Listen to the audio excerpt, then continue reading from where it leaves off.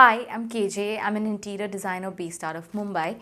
And in today's video, I'm going to be showing you the entire planning process of a combined flat. Now, this combined flat is also colloquially referred to as a Jodi flat.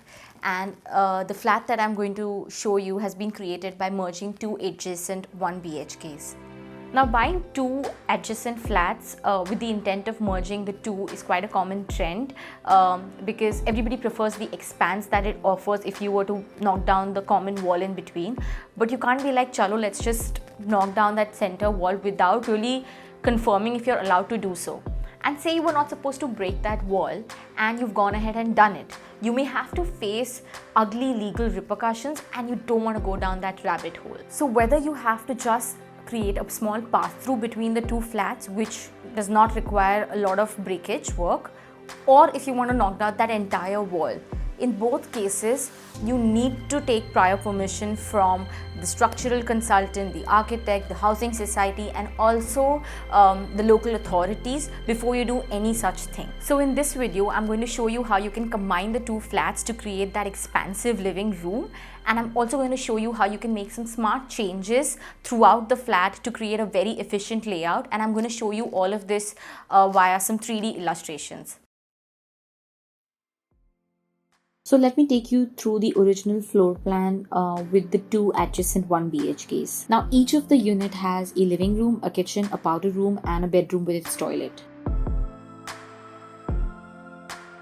Now the furniture layout that I've shown here is exactly like the plan that is shown in the developer's brochure. But what is most depressing about the layout is the bedroom. It is very deceiving, and if you try to achieve the same layout in reality, you will realize of what a sham it is. Even the toilet layout is very impractical, and I will talk about it a little later in the video.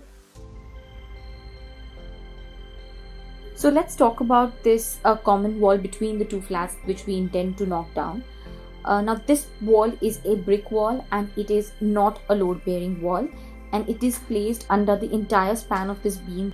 Now that I've taken you through the floor plans of both the adjacent flats, we can finally start with making some changes to the layout. And since today we are focusing on how to join the two living rooms and create one big space, let's start off by knocking down the common wall in between the two flats. But before you strike the hammer, there's something you need to know.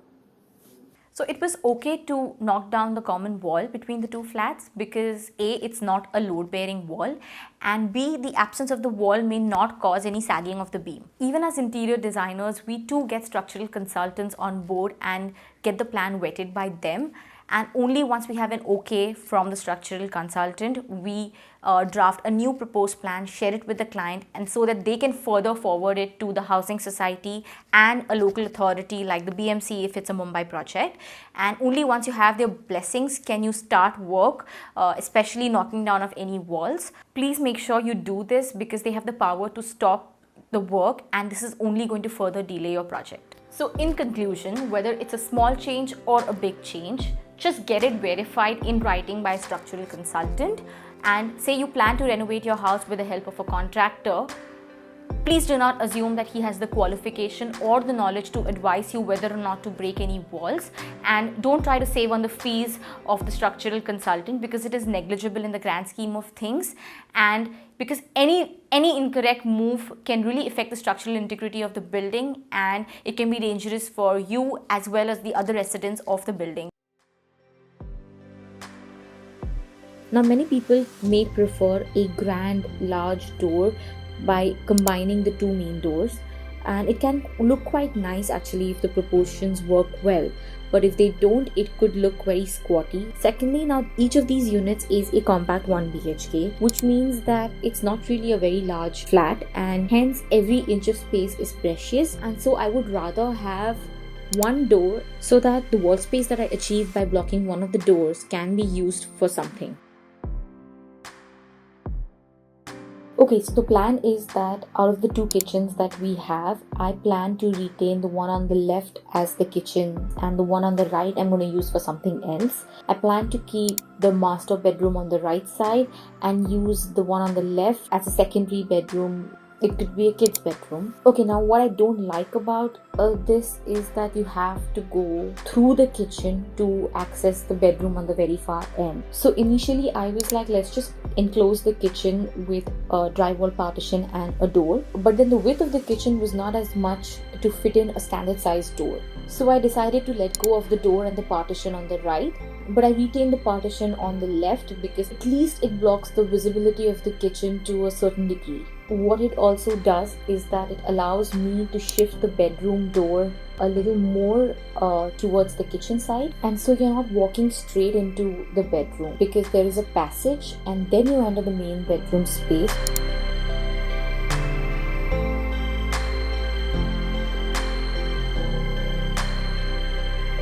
Okay, now let's talk about the toilet layout, which is an absolute mess in my opinion because the shower area is in the center of the toilet. There's a basin in the corner and the WC is against this wall. And also notice that they have the toilet door opening inwards, and obviously the depth of the toilet is not as much for you to have a WC or a basin against this wall because the door is obviously going to go and hit it, which is why they think that the best solution to this problem is just putting the shower in the middle of the toilet, which I think is absolutely horrendous. So I don't know why architects or developers do this to the toilet plan, because putting a shower in the middle of the toilet is like introducing a wet area in the center of the toilet, and there's no chance that you're going to have dry flows in the toilet. And in my opinion, I don't think that they're trying to cut corners to save cost. This is just being incompetent and plain lazy to really create, to put in that effort to create an efficient layout. So the toilet layout is a mess, but of course we can fix it with a couple of changes. The first thing I would do is change the toilet door to a sliding door. The next thing I would do is reposition all the fittings and the fixtures. So I will first shift the WC right opposite the door. But please do not go ahead and change the WC location without taking the necessary approvals from the housing society, because sometimes it's just not possible to do it because the site conditions do not allow you to do so. You need to check if the society will allow such a change. I will put the basin against this wall here so that I can have counter space. Now what's nice about the basin being in this corner is that I can have a nice countertop, which means I have enough space for putting some things on it, and I can also use the under counter space for some storage. Of course, if you're worried that how will you access the storage underneath the countertop, because you have the WC right in front of it, so if you have drawers you can't open it, but what you can do is probably have storage with sliding shutters. I will shift the shower area to this corner here. Now that I have the shower area in one end of the bathroom, I can segregate the wet area from the dry area by introducing a glass partition between the two. And so this toilet plan is much better in comparison to the previous one. I mean, I get it that this flat is sold as a budget flat, so adding a glass partition may probably increase the cost of the unit, but don't add the glass partition. All I'm saying is that at least position the fittings and fixtures in a way that can enable keeping the wet area in one corner and keep the rest of the toilet floors dry. And if someone really wants to add a shower cubicle, they can just do it easily without having to rework the entire plumbing.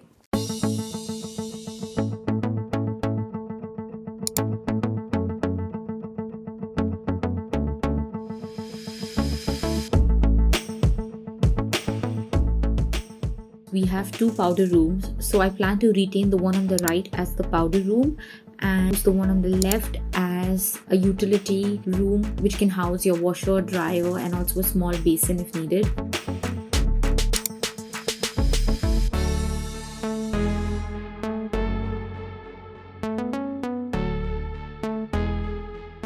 So before we get on with the master bedroom layout, I would do the same changes I did on the left side of the flat, which is that I will enclose this space here so that I can shift the bedroom door a little more on the left, and I would replicate the same toilet layout in the master bedroom toilet as well.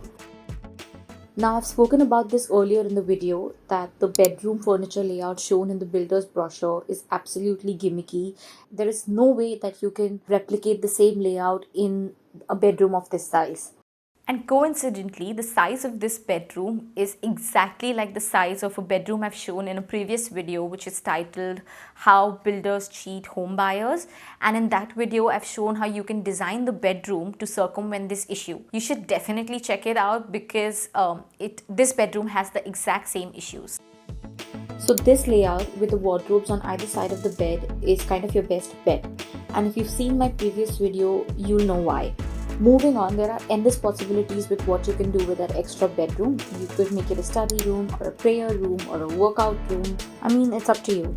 But at this point, I took a step back and I saw the bedroom layout and I was like, do I really want the bedroom layout to be in such a compromised state? Like having the two wardrobes on either side when I have that extra room? And then I was like, not happening. I mean, because this private study room, I mean, you can use a dining table for study, you can figure out the study area, but I would much rather have a walk-in closet, and that way I can have a normal bedroom layout with the bedside tables, nice bedside lights, etc., and have an entry point through the bedroom to enter this walk-in closet. So we've gone through all the changes that can create a practical and functional layout. So let's tackle the living room layout next. Now, when you join two separate living rooms and merge them as one, what often happens is that people either overpopulate the space thinking that they have a lot of floor space now, so they just overpopulate with a lot of furniture, or there is a chance that there's a lot of empty floor space because the space has suddenly become very expansive. So in this merged living room layout, there are many possibilities with how you can lay the furniture. I'm just going to be showing you one example of how to create a functional layout with a good flow. So I started off with defining the dining zone because the kitchen is on this side of the flat and I wanted the dining area to be as close as to the kitchen. But I thought I'll do something different this time and not the usual table and 6 chairs or 4 chairs. So I instead put an L-shaped sofa in this corner and I offset it with a round table with some chairs on the other side.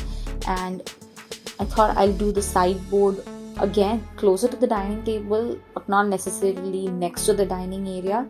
So I put it against this one and I thought it could be a multifunctional unit. It could be a library unit or a display unit. A part of it could also be used as a sideboard unit.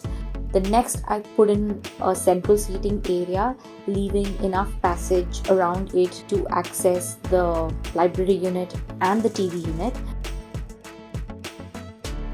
And the balance space that I have over here in this corner, I thought I could just have storage over here, shoe cabinet or miscellaneous storage, and it could just be a nice little place to see yourself before you walk out of the house, or you could just sit here, wear your shoes and then walk out of the house.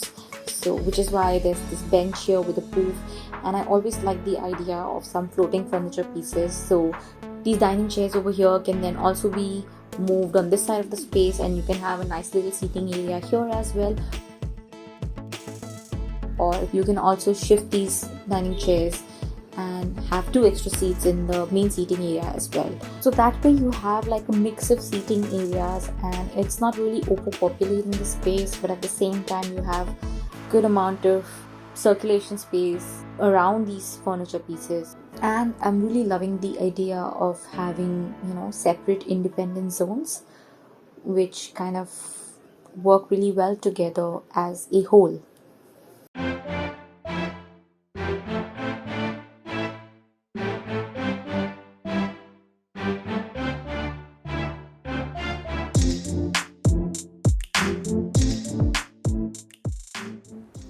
So we've come to the end of this video and I hope you've liked the ideas I've shared in this video, and if it was helpful in any way, please like the video. It's all the validation I need to create more relevant content. So in this episode, I've only shown you the living room design in detail, and showing anything beyond is only going to lengthen the video and I don't want to do that. But if there is anything in this floor plan that you would like to see more of, please drop in a comment and let me know.